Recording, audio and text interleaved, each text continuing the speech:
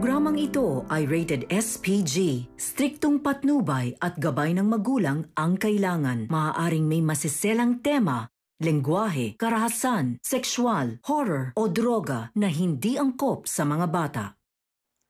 Tuluyan nang sinabi ni Carlos ang sikreto ni Zoe na hindi siya tunay na anak ni RJ.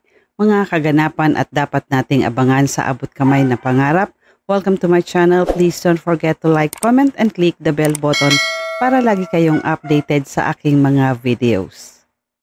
Ayaw tigilan ni Carlos si Zoe at patuloy niya itong tinatawagan upang makausap niya ito. Pero hindi sinasagot ni Zoe ang mga tawag ni Carlos at makailang beses na siya nitong binababaan. Kaya nagdesisyon si Carlos na puntahan niya ito sa Apex. Sakto paglabas ni Zoe ng Apex, nang muli siyang tawagan ni Carlos pero sa tindi ng galit ni Zoe kay Carlos dahil sa ginawa nito sa kanya, hindi sinagot ni Zoe ang tawag ni Carlos at pinatayan niya ito ng telepono. Ang hindi alam ni Zoe, nakaabang na sa kanya si Carlos at pinagmamasdan siya nito. Nakita ni Carlos kung papaano siya pinatayan ng tawag ni Zoe. Ikinagulat ni Zoe nang biglang magsalita si Carlos sa harapan niya kung bakit hindi nito sinasagot ang tawag niya. Galit na tumugon si Zoe kay Carlos dahil nung huli nilang pagkikita ay sinampal at sinakal niya ito na muntik niya nang ikamatay. Sa tingin mo ba ay may gana pa akong kausapin pa kita pagkatapos ng ginawa mo sa akin? Biglang nagbago ang tono ni Carlos saka siya nakiusap kay Zoe na hihingi lang naman siya ng pabor. Dahil hindi niya nakuha si Lynette kaya si RJ ang gusto niyang targetin. Hindi pumayag si Carlos sa gustong mangyari ni Carlos kaya ikinagalit ni Zoe ang pakiusap ni Carlos. Hindi gugustuhin ni Zoe na saktan ni Carlos ang Daddy Robert niya. Kaya nagbanta si Carlos kay Zoe kung ayaw niyang masaktan ang Daddy Robert niya ay sumunod siya sa gusto niya. Nagmatigas naman si Zoe kay Carlos na hindi siya susunod sa gustong mangyari nito. Kaya sa inis ni Carlos kay Zoe, hinawakan niya ito sa braso at galit na sinabi ni Carlos kay Zoe na iinis siya kapag hindi siya nito sinusunod. Mas lalong ikinagalit ni Carlos ang sinabi sa kanya ni Zoe na kahit magalit pa siya ay wala siyang pakialam. Dito nga ay sinabihan na ni Carlos si Zoe, paano kung sabihin ko kay RJ na hindi kanya totoong anak at ako ang totoong tatay mo? Nabigla si Zoe sa naging banta sa kanya ni Carlos. Ikinakatakot ni Zoe na malaman ng lahat ang katotohanan sa buong pagkatao niya at maaaring ito ang maging katapusan niya. Dagdag pa ni Carlos kay Zoe na may isa na siyang pinatahimik na tao na nakakaalam ng sikreto nilang mag-ama at sinigurado ni Carlos nang wala ng iba pang makakaalam bukod sa kanila. Laking gulat ni Zoe sa sinambit ni Carlos dahilan para tanungin ni Zoe si Carlos kung may pinatay na siya at kung sino ito. Agad na sinagot ni Carlos ang tanong ni Zoe. Sabihin na lang natin na -1 siya sa nakakaalam sa sekreto natin. Batid ni Zoe kung sino ang tinutukoy ni Carlos na taong nakakaalam sa sekreto nila. Walang iba kundi si Doc Lyndon. Samantala, hindi pa rin mawala sa isip ni Robert ang mga alaalang nanunumbalik at pumapasok sa isipan niya, lalo na ang resulta ng siblings DNA result na ibinigay sa kanya ni Fidel bago ito mag-last day sa trabaho niya. Pilit na inaalala ni Robert ang tungkol sa sibling sheets na DNA result. At habang inaalala ni Robert ang lahat, dumating si Lynette at Annalyn. Ipinag-aalala kasi ni Annalyn kung bakit hindi tumatawag sa kanya si Doc Lyndon dahil mapasa hanggang ngayon ay hindi pa din niya ito nakakausap simula nung malaman niya na umalis ito sa East Ridge patungong Dubai ayon sa nurse na nakausap niya.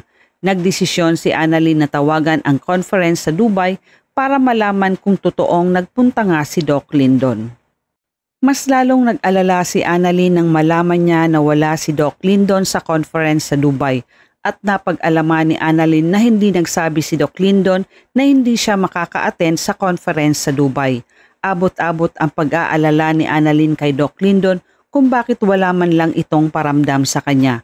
Biglang naalala ni Annalyn ang nabanggit ng nurse na kausap niya na nagpaalam ito kay Doc Carlos bago umalis si Doc Lyndon. Ipinagtataka ni Robert at Lynette kung bakit nagpaalam si Doc Lyndon kay Carlos samantalang nasa mental hospital ito. Napapaisip si Annalyn na baka may kinalaman si Doc Carlos sa pagkawala ni Doc Lyndon. Sa kabilang banda, hindi mapalagay si Annalyn kung ano ang nangyari kay Doc Lyndon kaya tumawag siya sa East Ridge para magtanong tungkol kay Doc Lyndon kung nasaan na ito. Hindi alam ni Annalyn na nasa likod niya si Doc Kim at narinig nito nang sambitin niya ang pangalan ni Doc Lyndon. Pagkababa ni Annalyn ng tawag, nagulat siya kay Doc Kim nang bigla itong magtanong sa kanya kung sino si Doc Lyndon at kung siya ba daw ang boyfriend niya. Pero agad naman na itinanggi ni Annalyn sa kanya sinabi kay Doc Kim na isang matalik niyang kaibigan si Doc Lyndon at nag-aalala siya para kay Doc Lyndon dahil hindi niya sinasagot ang mga tawag niya. Naintindihan naman ni Doc Kim ang nararamdaman ni Annalyn para sa kaibigan niya kaya nagsabi ito kay Annalyn na sasamahan niya itong maghanap sa kaibigan niya para matulungan niya si Annalyn. Samantala, dahil sa hindi sumunod si Zoe sa gustong mangyari ni Carlos, tuluyan nang sinabi ni Carlos ang sikreto nila ni Zoe kay RJ. Tinawagan ni Carlos si RJ habang nasa conference room sila kasama si Annalyn at Lynette. Tumunog ang telepono ni RJ at nakita niyang unknown number ang tumatawag sa kanya. Agad naman na sinagot ni RJ ang telepono. Tinanong ni RJ kung sino ito at kung bakit siya tumawag. Galit na sumagot si Carlos kay RJ at nagsabi si Carlos na ang dapat tanong mo ay kung sino talaga ang totoong anak mo. Nabigla si RJ sa sinabi nito at nabusesan niya kung sino ang nasa kabilang linya. Kaya nasambit ni RJ ang pangalan ni Carlos na ikinagulat ni Lynette at bigla itong napatayo. Habang si Annalyn ay nabigla din nang sabihin ni RJ ang pangalan ni Carlos. Dahil sa galit ni Carlos kay Zoe, siya na mismo ang magsasabi ng katotohanan kay RJ na hindi niya totoong anak si Zoe at inamin niya na siya si Carlos.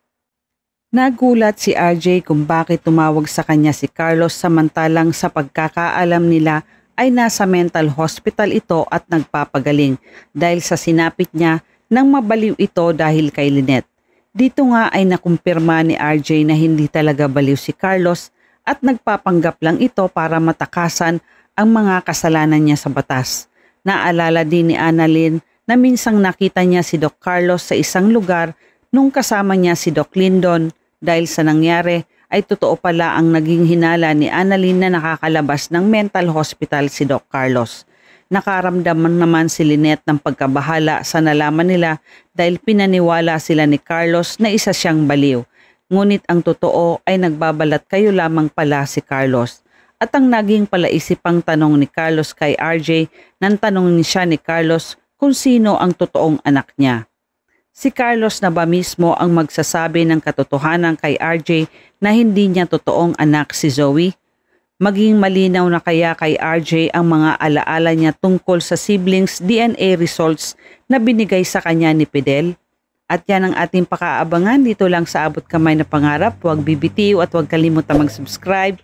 Maraming salamat po and God bless.